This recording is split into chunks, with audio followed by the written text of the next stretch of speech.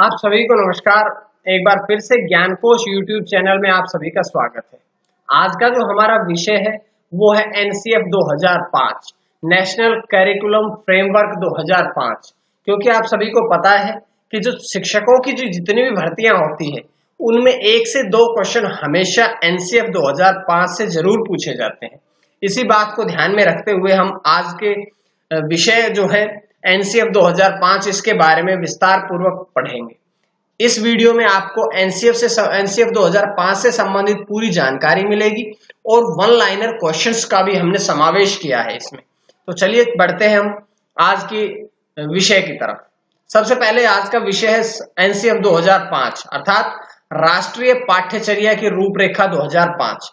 राष्ट्रीय पाठ्यचर्या की रूपरेखा एक ऐसी रूपरेखा है जिसमें शिक्षक और स्कूल उन सभी अनुभवों की योजना बना सकते हैं जो कि उन्हें लगता है कि बच्चों के लिए आवश्यक है, अर्थात बच्चों के लिए जो आवश्यक है उन सभी अनुभवों की योजना बनाना शिक्षक और स्कूल का कार्य है। राष्ट्रीय पाठ्यचर्या रूपरेखा से तात्पर्य है जो प्राथमिक और माध्यमिक स्तर की शिक्षा के लिए पाठ्यक्रम का निर्धारण किया गया है। जो पाठ्यक्रम बनाया गया है वो जो पाठ्यक्रम है वही राष्ट्रीय पाठ्यचर्या की रूपरेखा से संबंधित होता है।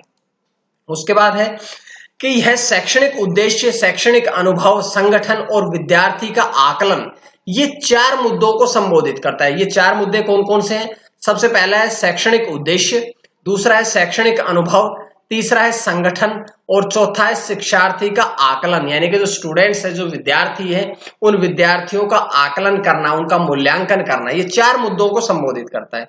इससे पहले एनसीएफ जो था वो व्यवहारवादी मनोविज्ञान पर आधारित था, लेकिन एनसीएफ 2005 जो है वो रचनात्मक सिद्धांतों पर आधारित है, अर्थात जो इससे पहले हुए थे वो सारे के सारे बच्चों के व्यवहार पर आधारित होते थे, लेकिन अब एनसीएफ 2005 ये कहता है कि बच्चों को रचनात्मक कार्यों की तरफ अग्रसर करना चाहिए। तो एनसीएफ 2005 के विभिन्न विषय प्रधानाध्यापकों, शिक्षकों, माता पिता, संकाय आदि के प्रतिष्ठित विद्वानों द्वारा गहन विचार विमर्श की श्रृंखला के माध्यम से उत्पन्न विचारों के झुकाव के लिए वर्तमान स्वरूप और रूप का अधिकार है। अगर हम बात करें एनसीएफ 2005 की कुछ प्रमुख बातें, कुछ मुख्य बातें, तो सुनिएगा। एनसीएफ 2005 का निर्माण करने वाली संस्था कौन सी है? तो एनसीएफ 2005 का निर्माण करने वाली संस्था है एनसीईआरटी अर्थात national council of educational research and training. ये एनसीईआरटी की फुल फॉर्म है।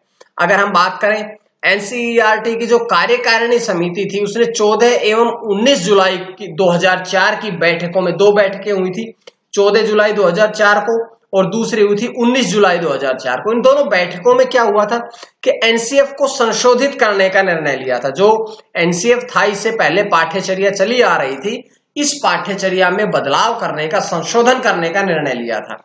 एनसीएफ 2000 का संशोधित रूप एनसीएफ 2005 है, अर्थात ये क्वेश्चन अगर आपसे पूछा जाए कि जो आज वर्तमान में एनसीएफ 2005 है वो कौन से एनसीएफ का संशोधित या रूपांतरित भाग है, तो ये एनसीएफ 2000 का ही संशोधित या बदलाव हुआ या रूपांतरित रूप ही एनसीएफ 2005 है।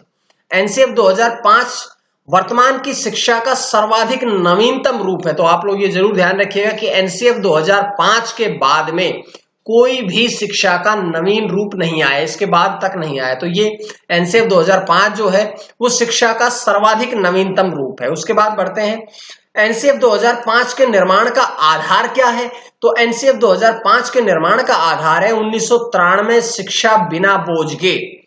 ये एनसीएफ 2005 के निर्माण का आधार है कि 1993 में शिक्षा बिना बोझ के, अर्थात कि स्टूडेंट्स जो छात्र होते हैं उनमें कम अवस्था में ही या छोटी कक्षाओं में ही उन्हें अत्यधिक किताबों का बोझ डाल दिया जाता है। तो इस बात को उन्होंने नकारा है कि बच्चों पर अधिक बोझ, बर्डन नहीं होना चाहिए। एनसीएफ 2005 की समीक्षा की सिफारिश जो है वो मानव संसाधन एवं विकास मंत्रालय एमएचआरडी द्वारा की गई है।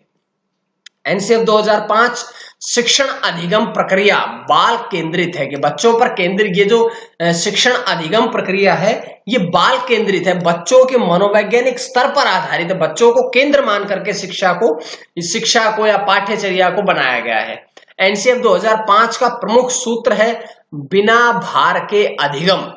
बिना भार के अधिगम मतलब लर्निंग विदाउट बर्डन, के अभी अभी बताया कि बच्चों पर अत्यधिक बोझ ना डाला जाए, बच्चों पर किताबों का बोझ ना हो, बच्चों पर होमवर्क का बोझ ना हो, गृह कार्य का बोझ ना दिया, किसी भी प्रकार का जो बर्डन है उनसे बच्चों को मुक्त रखा जाए, उनसे बच्चों को अलग रखा जाए।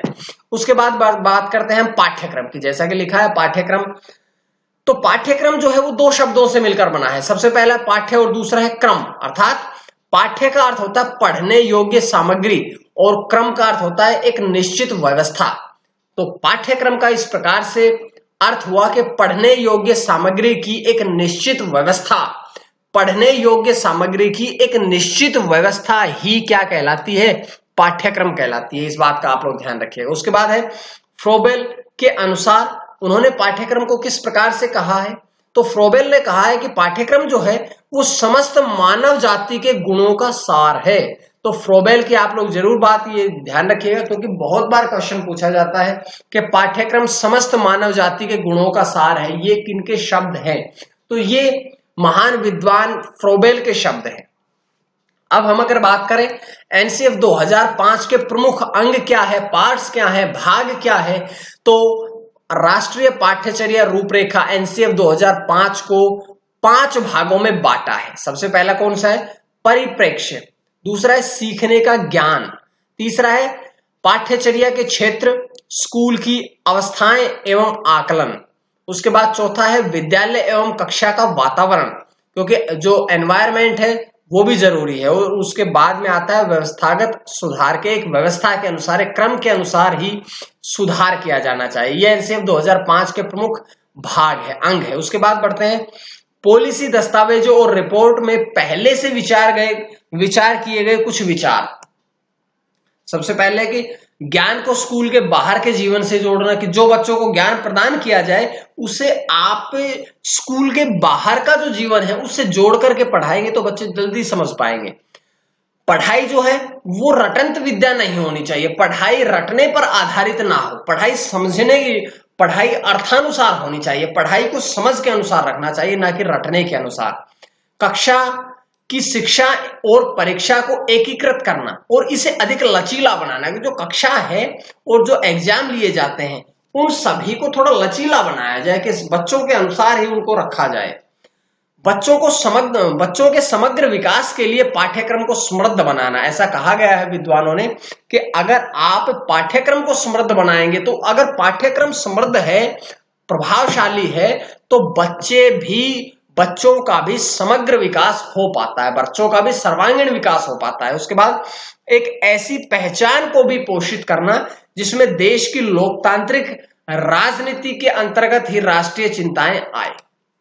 उसके बाद बढ़ते हैं हम आगे। एनसीएफ 2005 के अनुसार शिक्षक की भूमिका क्या है? तो एनसीएफ 2005 ने केवल छात्रों को ही नहीं व्यक्त किया है, बल्कि शिक्षकों की भूमिका के बारे में भी बताया है। तो एनसीएफ 2005 के अनुसार भारत में राष्ट्रीय पाठ्यचर्या की रूपरेखा का निर्माण करने की जिम्मेदारी जो थी वो किसकी थी? एनसीईआरटी की, हम पढ़ चुके हैं। यह संस्था समय समय पर इसकी समीक्षा भी करती है। एनसीएफ 2005 के बनने का कार्य जो है वो एनसीईआरटी के तत्कालीन निदेशक प्रोफेसर कृष्ण कुमार के नेतृत्व में हुआ था। तो ये एक नया क्वेश्चन मिलता है आपको। इसमें शिक्षा को बाल केंद्रित बनाने, तो बच्चों के आधार से, बच्चों के अनुसार बनाया जाए। रटंत प्रणाली से निजात पाने, अभी बताया कि रटने की विद्या को दूर छोड़ना चाहिए।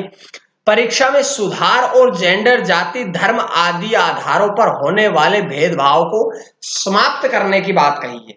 शोध आधारित दस्तावेज तैयार करने के लिए 21 राष्ट्रीय फोकस समूह बने जो विभिन्न विषयों पर केंद्रित थे।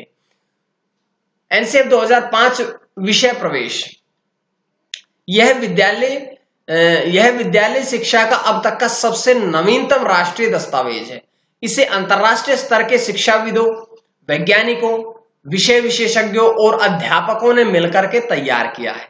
मानव विकास संसाधन मंत्रालय की पहल पर प्रोफेसर यशपाल की अध्यक्षता में देश में चुने हुए कुछ विद्वानों ने शिक्षा को नई राष्ट्रीय चुनौतियों के रूप में देखा था। अब हम बात करते हैं मार्गदर्शी सिद्धांत। तो सबसे पहले ये हम पढ़ चुके हैं वैसे तो, कि ज्ञान को स्कूल के बाहरी जीवन से जोड़ा जाए, रटंत प्रणाली से शिक्षा को मुक्त किया जाए, पाठ्यचर्या पाठ्यपुस्तक केंद्रित न रहे, कक्षा कक्ष को गतिविधियों से जोड़ा जाए, लचीला बनाए, एग्जाम्स परीक्षाएं उन सबको लचीला बनाया जाए, राष्ट्रीय मूल्यों के प्रति आस्थावादी विद्यार्थी तैयार हो या राष्ट्रीय महत्व के बिंदुओं को पाठ्यक्रम में शामिल किया जाए। उसके बाद बढ़ते हैं, एनसीएफ 2005 में शिक्षक के प्रति क्या दृष्टिकोण रहे थे। तो शिक्षक ज्ञान का स्रोत नहीं है, अपितु एक ऐसा सुगम करता है जो सूचना को अर्थ बोध में बदलने की प्रक्रिया में विविध उपायों द्वारा बच्चों हेतु सहायक हो, बच्चों के लिए सहायता प्रदान करे। शिक्षक ऐसा होना चाहिए जो सूचनाएं हैं, जो किताबों में जो लिखा है, जो ज्ञान है, उन सभी को अर्थ के साथ बच्चों को समझाने में सहायता प्रदान करे। तो ये शिक्षक के प्रति दृष्टिकोण है और शिक्षक की भूमिका है। लेकिन इसके बाद बच्चों के प्रति भी कुछ दृष्टिकोण है, जैसे कि प्रत्येक बच्चों के सीखने की गति प्रकृति अलग होती है। ऐसा कहा गया है कि सभी बच्चे जो है उनके सीखने की गति अलग अलग होती है। कोई बच्चा जल्दी सीखता है, कोई बच्चा देरी से सीखता है, उनकी प्रकृति भी अलग अलग होती है। सभी बच्चे सक्रिय रूप से पूर्व ज्ञान एवं उपलब्ध सामग्री गतिविधियों के आधार पर अपने अर्थ निर्माण करते हैं। जैसा कि बताया गया है कि जो छात्र हैं वो अपने या तो पूर्व ज्ञान के आधार पर या जो वर्तमान में उन्हें जो उपलब्ध सामग्री है या गतिविधियां हैं उनके आधार पर अपना अर्थ निर्माण करने का प्रयास करते हैं। अब भाषा के प्रति क्या दृष्टिकोण है, तो एनसीएफ 2005 में भाषा के प्रति दृष्टिकोण यह है कि बच्चों में भाषा समझाने अभिव्यक्त करने की क्षमता जो है वो एनसीएफ 2005 ने यह माना है कि बच्चों में भाषा समझने अभिव्यक्त करने की क्षमता जो है वो जन्मजात होती है। उसके बाद है 2005 के प्रमुख सुझाव भी है, जो एनसीएफ 2005 ने कुछ सुझाव दिए थे वो सुझाव भी है, जैसे कि शिक्षण सूत्र जैसे कि ज्ञात से अज्ञात की ओर, मूर्त से अमूर्त की ओर आदि का अधिकतम प्रयोग करें। शिक्षकों का यह कर्तव्य है कि वे कुछ शिक्षण सूत्र है जैसे कि ज्ञान से अज्ञात से अज्ञात की ओर, मूर्त से अमूर्त की ओर, इन सब का बहुत प्रयोग करें, अत्यधिक प्रयोग करें ताकि छात्र जल्दी सीखे। सूचना को ज्ञान मानने से बचा जाए। सूचनाएं जो है उनको केवल ज्ञान ना माने बल्कि उन सूचनाओं को अपने आधार पर एकत्र करना चाहिए, उन सूचनाओं के अपने अनुसार ही, अपने मस्तिष्क के अनुसार ही परिवर्तित करना भी चाहिए। विशाल पाठ्यक्रम व मोटी किताबें शिक्षा प्रणाली की असफलता का प्रतीक है। ऐसा कहा गया था कि लर्निंग विदाउट बर्डन, अर्थात जब बहुत ज्यादा किताबें जो हैं वो भी शिक्षा प्रणाली की असफलता होती है। मूल्यों को उपदेश देकर नहीं बल्कि वातावरण देकर स्थापित किया जाए। ऐसा एनसीएफ 2005 ने कहा है कि शिक्षक केवल उपदेश ना दे कक्षा में आकर के, शिक्षक का यह कर्तव्य है कि वो कक्षा में आए और वातावरण एक ऐसा माहौल बनाए कि छात्र जो है वो स्वयं सीखने के लिए प्रेरित हो सके। अच्छे शिक्षार्थी की जो धारणा है, धारणा में बदलाव आवश्यक है। जो विद्यार्थी होते हैं वो अपनी धारणाएं बना लेते हैं कुछ शिक्षा के प्रति, लेकिन उनकी धारणाओं में बदलाव करना अति आवश्यक है। अर्थात अच्छा विद्यार्थी वही है जो तर्कपूर्ण बहस के द्वारा ही अपने मौलिक विचार शिक्षक के सामने प्रस्तुत कर सकता है। तो ये बहुत जरूरी बातें हैं। उसके बाद है बच्चों को स्कूल से बाहरी जीवन में तनाव मुक्त वातावरण प्रदान करना। कक्षा में शांति का नियम बार बार ठीक नहीं, बार बार कक्षा में ये ना कहा जाए कि चुप रहो, शांति बनाए रखो, ये सब कक्षा में बार बार कहना ठीक नहीं है, बल्कि जीवंत कक्षागत वातावरण को प्रोत्साहित किया जा रहा है कि बच्चे जो हैं उन बच्चों को इस प्रकार से शिक्षण दिया जाए, इस प्रकार से प्रभावशाली पाठ्यक्रम प्रस्तुत किया जाए, प्रभावशाली तरीके से अपनी पाठ योजना बनाई जाए कि छात्र जो है वो जिज्ञासु होकर के आपकी बातों को सुने। उसके बाद है शैक्षिक गतिविधियों में बच्चों के अभिभावकों को भी जोड़ा जाए कि जो गतिविधियां होती है शिक्षा से संबंधित उनमें केवल बच्चों को शामिल ना करें बल्कि बच्चों के जो अभिभावक हैं उनको भी इन गतिविधियों में शामिल किया जाए। समुदाय को मानवीय संसाधन के रूप में प्रयुक्त होने का अवसर दें। खेल आनंद व सामूहिकता की भावना के लिए, रिकॉर्ड बनाने व तोड़ने की भावना को महत्व ना दे। कभी भी बच्चों को ये नहीं सिखाना चाहिए कि आप खेले रिकॉर्ड बनाने के लिए एवं तोड़ने के लिए, ये कहना भी गलत है। बच्चों को उनके बस खेलने में उनकी रुचि पैदा करें, बाकी रिकॉर्ड बनने और तोड़ने जो है वो उनकी रुचि पर डिपेंड करेगा, वो उनकी एबिलिटी पे डिपेंड करेगा। तो ये सारे के सारे एनसीएफ 2005 के हम सुझाव पढ़ रहे हैं। पाठ्य पुस्तकों में बच्चों को स्वयं पुस्तक चुनने के अवसर प्रदान करें। वे पाठ्य पुस्तकें महत्वपूर्ण होती है जो अंतः क्रिया का मौका देती है। तो ऐसी पाठ्य पुस्तकों को पाठ्यक्रम में लगाएं जिनसे कि बच्चा स्वयं अपने मन में ही विचार कर सके, अपने मन में ही अर्थ प्राप्त कर सके। कल्पना व मौलिक लेखन के अधिकाधिक अवसर प्रदान करें। बच्चों को सोचने के लिए या लिखने के लिए भी अधिक अवसर मिलने चाहिए। सजा व पुरस्कार की भावना को सीमित स्वरूप में ही प्रयोग करना चाहिए। ऐसा नहीं है कि बार बार बच्चों को सजा दी जाए, दंड दिया जाए, ऐसा नहीं करना चाहिए। बार बार छोटी छोटी बातों के लिए उन्हें पुरस्कृत किया जाए। इस प्रकार के जो कार्य है वो भी लिमिटेशंस पर रखें। बहुत ज्यादा इन चीजों को इन्वॉल्व करने की शिक्षा में आवश्यकता नहीं है। उसके बाद है कि बच्चों के अनुभव और स्तर को प्राथमिकता देते हुए बाल केंद्रित शिक्षा प्रदान की जाए। बच्चों को सदैव उनके अनुभवों के साथ सीखने का मौका दे, बच्चों को सदैव उनके स्तर के अनुसार सीखने का मौका दे, बच्चों को सदैव उनके बौद्धिक क्षमता के अनुसार सीखने का मौका दे, ताकि बच्चे जो हैं वो अपने आप सीख सके, बच्चे जो है उनकी जिज्ञासा उत्पन्न हो सके, बच्चे जो है उनकी शिक्षा के प्रति रुचि जागृत हो सके। और इसी प्रकार से बाल केंद्रित शिक्षा भी प्रदान की जाए जिससे कि छात्र जल्दी से सीख सके। तो ये थी आज की एनसीएफ 2005 की कुछ मुख्य बातें, राष्ट्रीय पाठ्यचर्या रूपरेखा 2005 की कुछ महत्वपूर्ण बातें, वन लाइनर क्वेश्चंस के साथ। यहीं से घूम फिर के क्वेश्चन पूछे जाते हैं।